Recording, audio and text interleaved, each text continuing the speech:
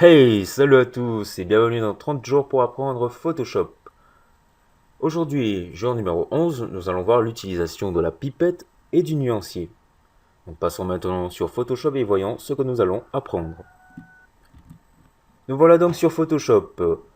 Donc l'outil pipette se trouvant ici dans la barre d'outils, comme vous avez pu le remarquer. Pour accéder à cet outil, nous allons utiliser le raccourci I, qui est propre à l'outil pipette, où nous pouvons cliquer directement ici. Donc nous allons voir essentiellement l'utilisation de l'outil pipette normal, l'outil simple et l'outil échantillonnage de couleurs. Pardon. Donc l'outil pipette, qu'est-ce que c'est en fait? C'est un outil qui permet entre autres de récupérer une couleur sur une composition, sur une image, une photo ou autre, et de la placer en couleur de premier plan ou de couleur d'arrière-plan. On peut aussi avoir la possibilité de mémoriser ces couleurs pour ensuite les ajouter dans une bibliothèque, ce qui nous permettra entre autres de perfectionner notre Photoshop, c'est-à-dire si on a besoin d'utiliser certaines couleurs dans d'autres compositions réutilisées ou lorsqu'on va effectuer des sélections par la suite ou autre, on aura déjà des couleurs en mémoire, ce qui permettra de faciliter la tâche quelquefois en effectuant des retouches, en déplaçant des choses et autres. Donc ça c'est pour une utilisation plus poussée dans le temps. Donc cet outil pipette, comment il fonctionne? Ben, il fonctionne tout simplement, tout bêtement en fait.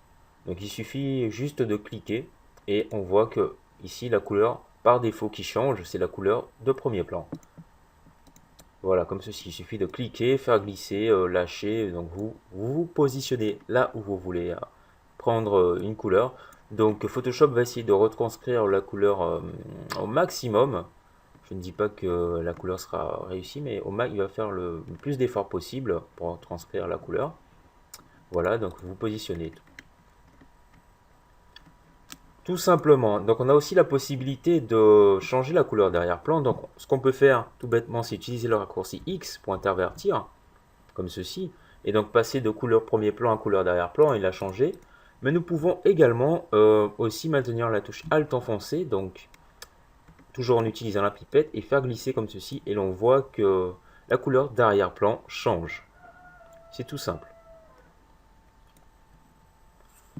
Nous voyons dans la barre d'options quelques options qui sont appliquées à l'outil pipette. Donc notamment on a affiché l'anneau d'échantillonnage. Donc vous avez vu précédemment lorsque j'ai effectué diverses sélections de couleurs, il y avait juste ici la couleur de premier plan qui changeait. Donc en ajoutant l'affichage de l'anneau d'échantillonnage, j'ai la possibilité de voir, de partir de ma couleur de référence et de voir, donc ici on voit un anneau et la couleur du bas correspond à la couleur que j'ai précédemment sélectionnée, la dernière couleur que j'ai gardée en mémoire. Et donc ici on voit les différents changements de couleur, donc ça permet aussi de faire une comparaison entre divers couleurs, de voir une petite différence et tout. C'est assez sympathique. On peut bien entendu le désélectionner. Donc on a aussi une option taille qui permet de faire un échantillon ponctuel, moyen, etc. Moyen, enfin par taille. Donc c'est aussi si on a beaucoup, si on fait un zoom, ça permet entre autres, voilà, donc de sélectionner un nombre de pixels. Donc ici 31 par 31 ou 11, ça va jusqu'à 101 par 101 pixels. On a aussi la possibilité d'effectuer donc une sélection échantillon avec différents modes, donc par calque sélectionné, actif, inférieur, tous les calques. Voilà, donc je vais commencer par tous les calques, vous allez comprendre un peu mieux. Donc si par exemple j'ai divers calques, donc c'est ce que je vais faire, je vais prendre la broche, faire une couleur, donc mettre cette couleur, rajouter un nouveau calque,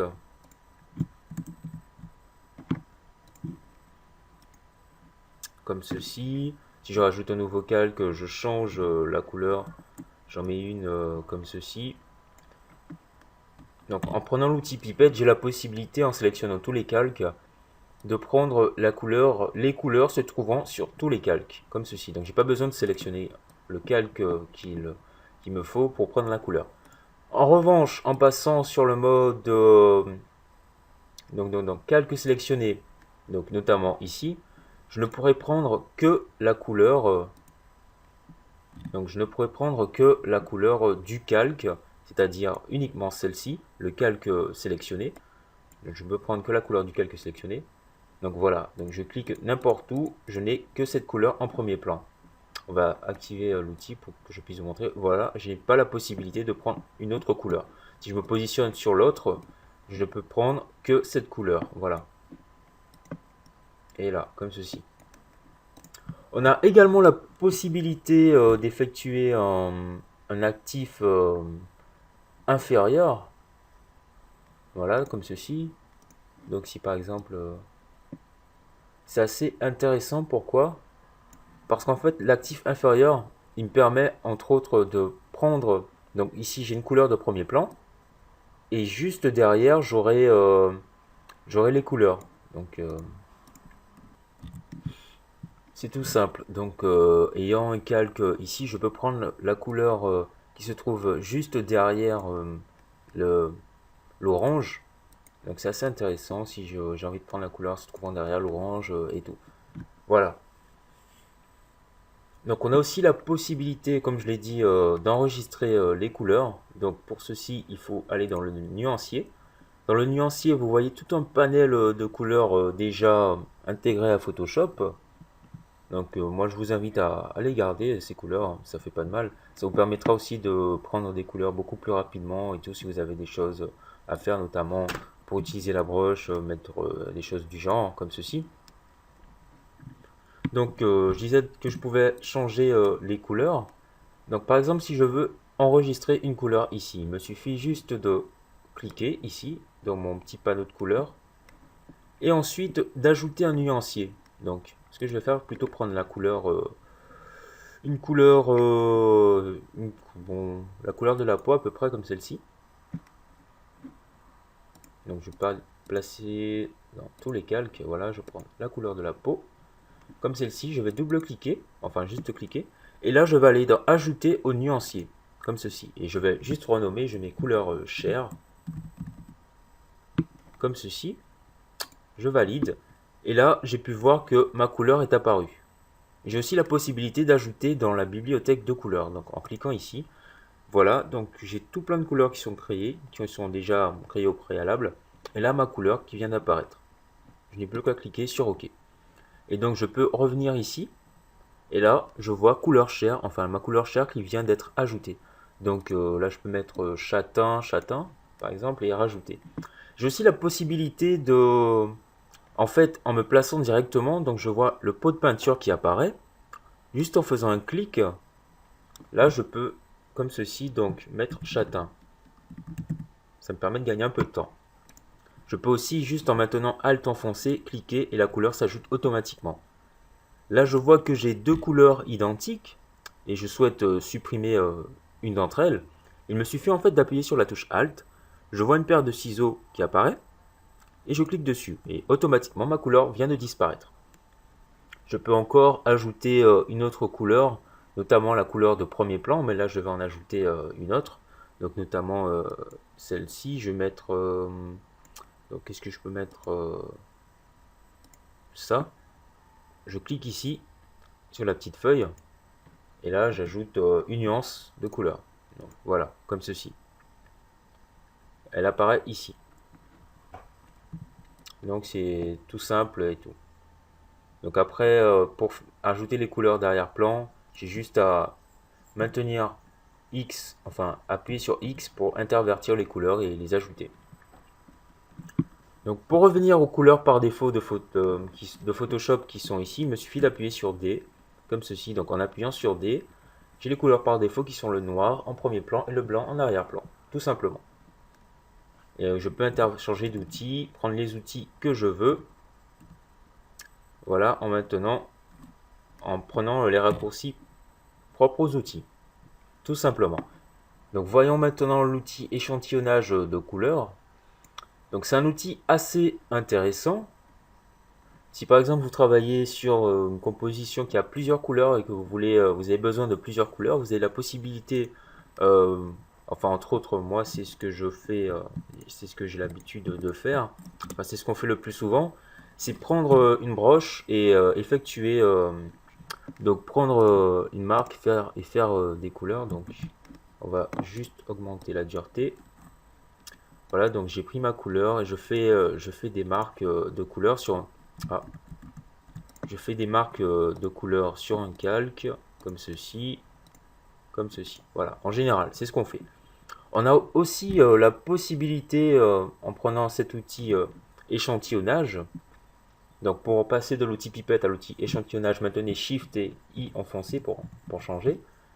On a aussi la possibilité, en fait, juste en effectuant un clic, d'avoir des informations qui sont propres à la couleur sélectionnée. Donc ici, elle apparaît, je ne sais pas si on la voit très bien, elle apparaît ici. Donc on a une première sélection qui s'affiche ici, une deuxième, une troisième. Donc on peut aller jusqu'à 4 sélections. Donc ici, je vois 1, 2, 3, 4, enfin 1, 2, 3, 4. Un code couleur, donc RVB, rouge, vert, bleu, qui correspond à la couleur où je me suis placé. Donc je peux éventuellement la déplacer si je le désire, comme ceci. Et aller dans mes couleurs, ici, et entrer le code couleur correspondant. Donc dans les couleurs, on retrouve ici un scroll, si on peut dire, un scroll qui permet de changer la couleur, donc changer le ton de la couleur. Et ici, on peut passer sur une intensité variée de la couleur. Donc ici, on va dire que c'est le ton, T comme ton, enfin, si on peut dire. Et là, on peut changer l'intensité et on voit que le RVB change et le LAB change également. Ainsi que le CMJN. Donc entre autres, ma couleur, elle est de 133 en rouge, donc 133, 127 à 75. Donc c'est exactement la couleur choisie, enfin la couleur apparente ici. C'est exactement la même chose. Donc ici un petit panneau d'information qui apparaît automatiquement dès qu'on a sélectionné l'outil échantillonnage de couleurs. Voilà. Ensuite, je peux aussi effectuer un clic droit pour supprimer ou pour changer le mode de couleur, donc passer sur couleur web. Donc en passant sur couleur web, j'ai les informations propres pour les couleurs web, passer en couleur lab, CMJN ou TSL. Donc je peux aussi supprimer, donc si je le supprime, je peux faire ça, comme ça, rajouter, supprimer, comme ceci. Voilà, il suffit d'effectuer un clic droit et de supprimer. C'est tout simple. Ensuite, ce panneau, placez-le où vous le désirez. Donc en général, il se place ici ou là. Voilà. Vous venez d'apprendre comment utiliser l'outil pipette. Donc si vous ne connaissiez pas certaines choses, c'est bien, vous venez d'en apprendre un peu plus sur l'utilisation de l'outil pipette. Cette émission touche maintenant à sa fin. On se retrouve prochainement dans 30 jours pour apprendre Photoshop. Donc restez connectés, faites passer le mot. Un petit like, un petit pour d'éventuelles propositions ou autres. Voilà, donc n'hésitez pas à aller voir sur la chaîne, il y a divers tutos Photoshop CS6, CS5 sur les nouveautés de After Effects, Photoshop CS6 et autres. Voilà, donc merci d'avoir regardé et peace out.